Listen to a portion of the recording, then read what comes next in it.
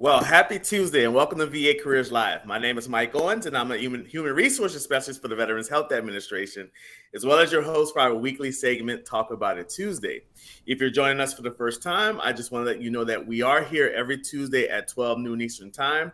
So feel free to grab a snack, grab something to drink, and join us as we talk about careers here at VA.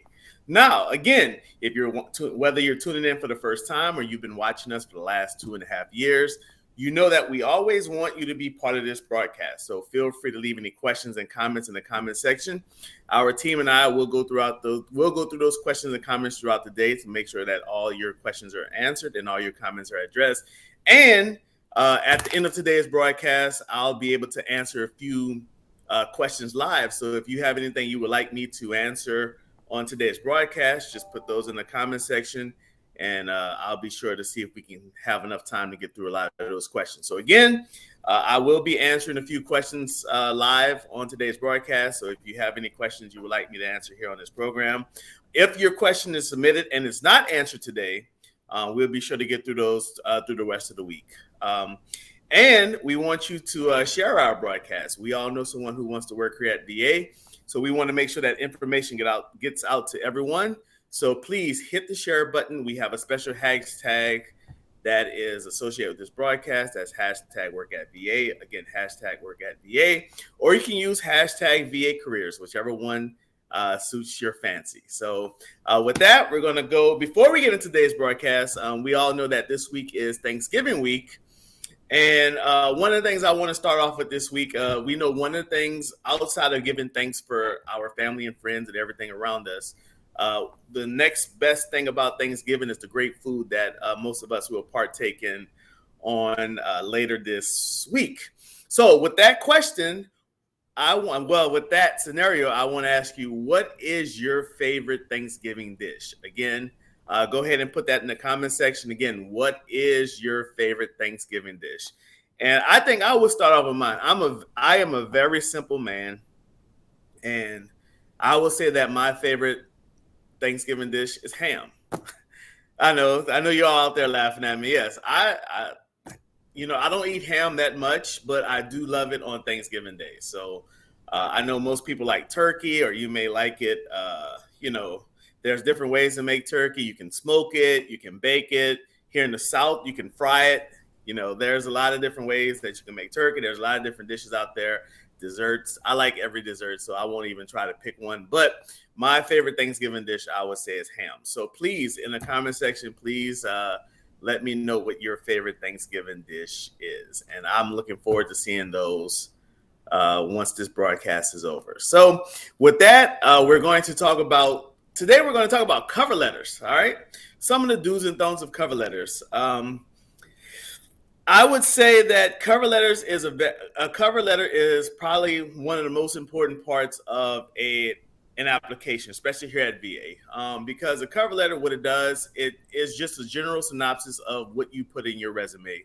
But instead of being just cut and dry like your resume is, your cover letter kind of helps give your personality, put your personality out there a little bit. First of all, let's talk about what is a cover letter.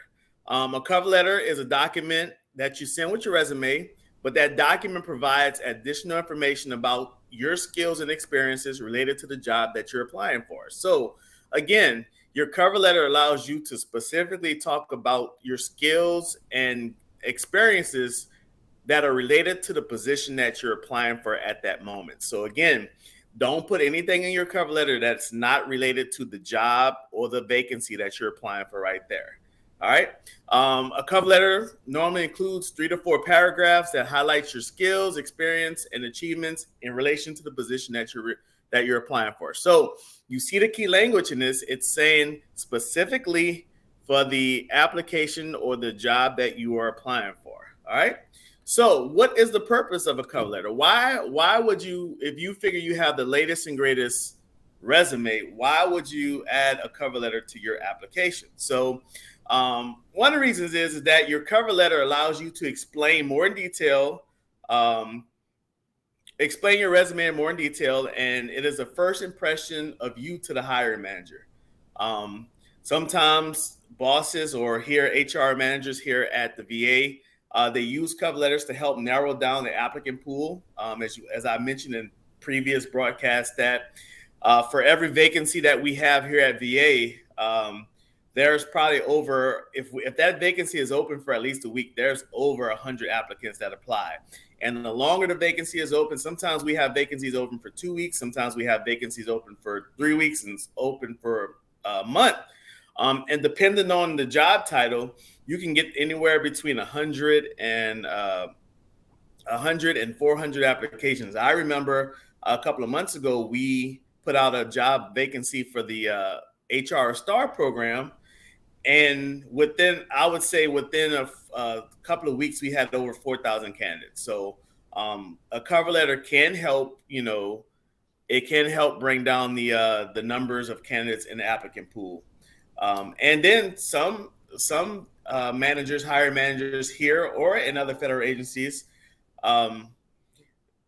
a lot of times, if you look at a job or a vacancy on VA Careers, you will see that a cover letter is not optional, but sometimes some hiring managers make it optional just to see who's going to do the extra legwork to provide a cover letter. So there's different reasons why you should have a cover letter. But we're gonna, for those who do choose to have a cover letter, today we're going to talk about some of the mistakes that people normally put into their cover letter, or some mistakes that people have regarding a cover letter. I would say, me personally, and again, anyone from human resources or anyone, you can get 10 different human resources specialists up here and you get 10 different answers. But I would say that one of the biggest mistakes about a cover letter that people make is, one, not having a cover letter at all. Again, I would say one of the biggest mistakes that people make when it comes to cover letters is not having a cover letter at all. So you're asking, Mike, well, why would I have a cover letter if it's not required? Again, yeah, if it's not required, then that just means if you don't submit something that's not required, that just means that you have everything that you're going to need for that application. But sometimes the more stuff you put in there, the extra stuff that you put in your application, especially on USA Jobs when you're trying to apply for a job here at VA, the more that you have, the better it is. The more that you have, sometimes that'll help you stand out from other candidates. If you have a very extensive resume, that cover letter can help you highlight some of your accomplishments from the position that you held inside of your resume. So again, I would always say I'm a big proponent of cover letters. So even if it's not required, I would say that please make an effort to have a cover letter with your USA Jobs application. All right. The next mistake that people make when it comes to cover letters is a lot of people use the same cover letter for every application. And I would say that is a real big no-no. Because again, I always tell you guys to tailor your resume to each job announcement. So I would shift that same energy over to cover letters. Please tailor your cover letter to each position that you apply for. You don't want a generic cover letter. You don't want a generic, you don't want the generic information there, because if you have generic information, you are not telling that hiring manager why you're the best person for that vacancy. You're just telling your hiring manager, hey, I took the time to create a cover letter, but the cover letter may not tell you why you're the best candidate for that job announcement. So please just like you tailor your resume for each job announcement, I will please beg you to please tailor your cover letter to your application too. All right. Another mistake that people make when it comes to cover letters is they don't research the VA. If you're applying here for the VA, you want to know some type of information about the VA. You want to show your hiring manager or the person who's going to be looking at your application, you want to show them that you have researched the VA. You have researched the mission of the VA. You have researched the position that you're applying for, so you can put some of those concepts inside of your resume. Inside your cover letter. It always impresses a hiring manager when they read a cover letter and see that you've added information about the company, especially if you never worked for the company before. But it leaves a good impression on the hiring manager if you have information about the VA in your cover letter, and you have some information about the vacancy that you're applying for, because it shows them that you took the legwork to actually read and understand the organization and the position that you're applying for. Another mistake that people make when it comes to cover letters, and again, there's a lot of things that we can go over, but I won't take too much time. Putting information in your cover letter that's not relevant to the position. As you heard me talking earlier in the broadcast when I was telling you when we were going over what is a cover letter and the purpose of a cover letter, the main theme of those two answers was you want to make sure that the information that you include is relevant to that job. So if you're applying for an engineer position, but you were a truck driver in your earlier life or in your former life, don't put your truck driving information into your engineering cover letter if you're applying for an engineering position. Your cover letter is specifically geared towards that job announcement. So if you have experience in your resume, and yes, you put all of that in your resume, but if you have experience in your resume that doesn't correlate with the position that you're applying for, do not add it to your cover letter. You're just wasting time and wasting space. Other people fail to highlight the strongest or most relevant experience. All right. If you develop some strong skills or if you're whatever job announcement that you're applying for and you've held that position before, you want to make sure that you highlight your skills and experiences. You want to highlight those skills that will make you the best candidate. You want to highlight the skills that have helped you excel in that same position at another company. So again, if you're applying for an engineer position here at VA, but you've held the engineering position for another company, or you currently hold the engineering position for another company, you want to make sure that whatever skills and experiences that set you apart in those past engineering positions, you want to make sure that you put that in your cover letter to make sure that the hiring manager here at VA understands why you're the best candidate for that position. All right.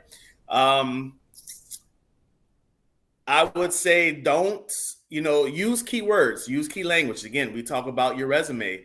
When you're tailoring your resume to that job announcement, we ask you look for key themes, and keywords. Same thing when you're putting together your cover letter. Please look for those key themes and keywords that are in the job announcement and try to put some of those in your cover letter too. Again, it'll show that it'll show the hiring manager that you are capable to do the job, you will excel at doing the job, and also that you've kind of read the announcement and you're showing that you know what this hiring manager is looking for in a candidate. All right. And last and not least, and I know this is one of the things that you're probably saying, Mike, this is so simple. Why are you saying this? Why are you? We do this all the time, but you couldn't imagine how many people forget to do this. Please make sure you proofread your cover letter. A lot of times we may see a job, especially if you go into VA careers or you go into USA Jobs and you see this perfect VA vacancy. And let's say you caught the announcement on the last day that it's open. So now you're rushing because it may close in a couple of hours and you're kind of rushed to put things together. Even if you're kind of on a time crunch, I would ask you to please proofread everything in your application, including your cover letter. Please proofread it, because the last thing you want is to submit a cover letter to a hiring manager and they see all type of grammatical errors, just misspellings, anything that you can imagine. You don't want to present that to the hiring manager, because it'll, even though you're not trying to portray that, it will portray to the hiring manager that you do sloppy work and you don't put effort into making sure your work is accurate and making sure your work is proofread. So again, those are just some of the mistakes that people make when they have a cover letter. Some reasons to have a cover letter. Again, it'll show HR managers or VA hiring managers who put the effort into their application. One thing that one of my coworkers always say is that your resume is factual, but your cover letter is personal. Again, your resume is factual. It pinpoints everything that you've done in your professional career, but it's so black and white. It just pinpoints everything and it lists everything. But when you do a cover letter, you can kind of add your own personal writing style. You can add some of the language that you normally use in your everyday life. You can show a lot of different things about yourself in the cover letter. So that's why I like what my coworker said, is that your resume is factual, but your cover letter is personal. So again, that was just some of the things that we were talking today about cover letters. As you know, that if you caught the middle of this broadcast, or you just tuned in just a few seconds ago, we're talking about the do's and don'ts of cover letters, the importance of cover letters. As I mentioned earlier in this broadcast, that I'm a big proponent of cover letters. Even if your VA vacancy that you're applying for does not require a cover letter, I will always tell you to have a cover letter in there. It will never hurt you to have a cover letter in there. But the only way it will hurt you is if you don't take the time to put a proper cover letter in your application. And how do you do that? The first thing is make sure that you read the job announcement and make sure that the information inside of your cover letter is relevant to the job announcement. So with that, I promise you guys that I would take some questions. So let's see what the team has for me today. So I have one question from, it looks like Thomas. Thomas says, I'm interested in working part-time or even volunteering. What are the steps in this process? Well, the first step we'll go with part-time first. The first step is going to USA Jobs or VA Careers and going into the search engine, and you can filter your part-time jobs. Click on the button that allows you just to search for part-time jobs. Do that in every part-time position here at the VA. And yes, we do have part-time positions, but every part-time position here at VA will pop up, and you will be able to see what's open, if there's anything open in your area or anything that's to your liking in that category. So, but you can't. Here's a caveat though. You can't apply for a full-time job, get hired, and then say, I want this position to be part-time. Whatever you get hired on as, that's what most likely you're going to be. So if you apply for a full-time job here at VA and you get selected for that position, you're going to be a full-time employee. You can't downgrade to part-time. So again, just go to VA Careers, go to the job search engine, click on the box that says part-time, and all the part-time positions here at VA will open up. As far as volunteering, the VA has a service called the VA Voluntary Service. Basically, every hospital, every facility that VA has a voluntary service office. You go to the facility, you can call the VA Medical Center, the VA hospital. You call them, ask them to transfer you over to the Voluntary Service Office. Again, Voluntary Service Office. And that voluntary service officer or specialist will give you all the steps on how to onboard as a volunteer.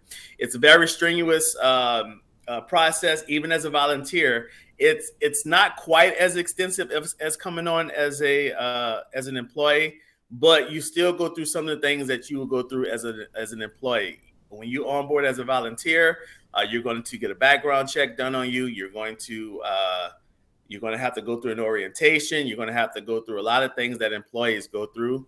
But once you get on, then they'll assign you to an area where you can volunteer as. So again, if you want to work as a volunteer at any of the VA medical centers across the country, call that facility or even visit the facility. Ask for the voluntary service office, and that voluntary service office will give you the next steps on how to become a volunteer here at VA. So thank you for that question, Thomas. Tony has a question. Has the VA become more remote friendly? I would say, Thomas, that yes. I would say since the COVID-19 pandemic, the VA has become more remote friendly. Now, obviously, there are positions that can't ever go remote because of the nature of the job.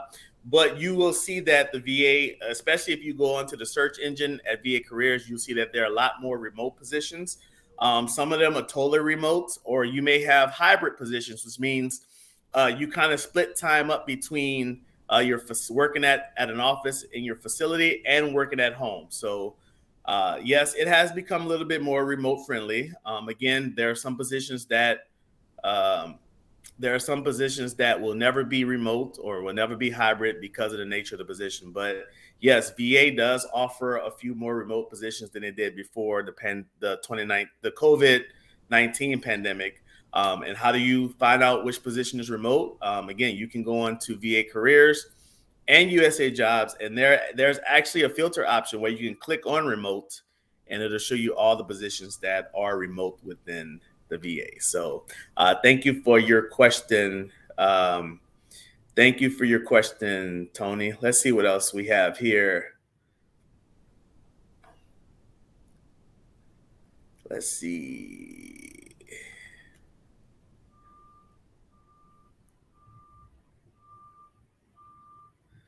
I think I have one for Eileen. Sorry, my computer's kind of jumping a little bit. It says, I am a physician assistant. Is it possible to apply for a position if there are no openings in my area posted on USA Jobs? So thank you for that question, Eileen.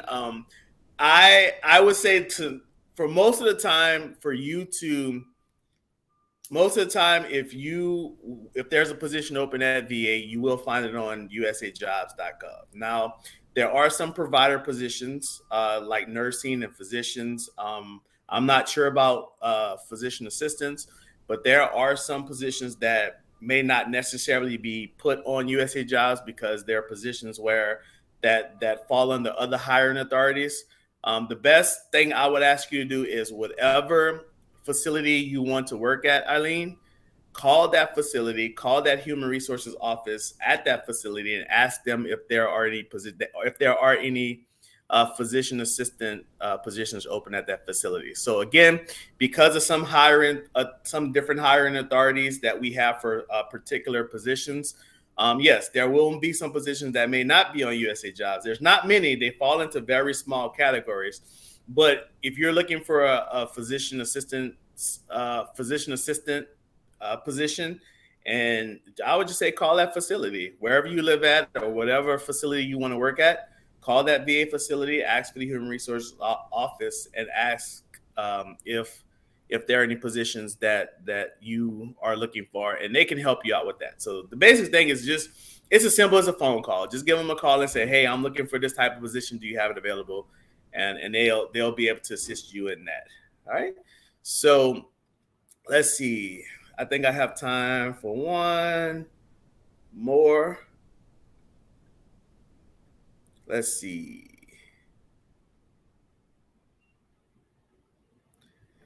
I have one from Ann. It says, I was offered a job in Milwaukee and turned it down. I applied for a job in Las Vegas. Will this be a negative mark? So what Ann is saying is that Ann applied for a vacancy in Milwaukee. She got selected, and then she eventually turned it down for whatever reason. But now she's applying for a position at a VA facility or at a VA office in Las Vegas. Would that become a negative mark? I would say no. That's not going to be a negative mark because here at VA, we understand that people turn down positions for different reasons. People may, because the application process can sometimes take longer than normal. Sometimes your status changed during that application process.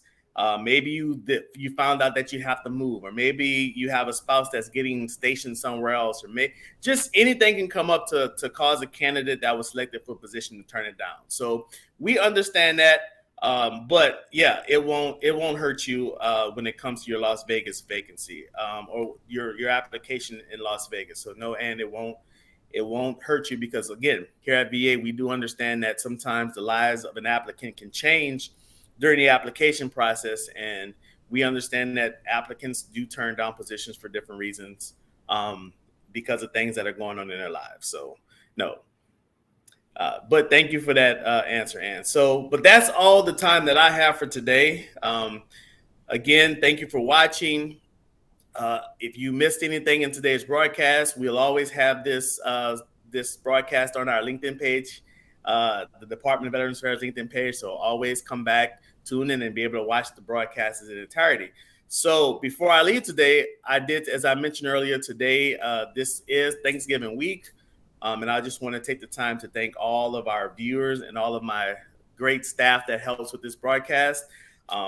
This broadcast would not be what it is without you all. I know a lot of people, they focus on me, but I'm the smallest part of this broadcast. I have a lot of great people that work behind the scenes that make me look good and to make this broadcast go smoothly and efficiently.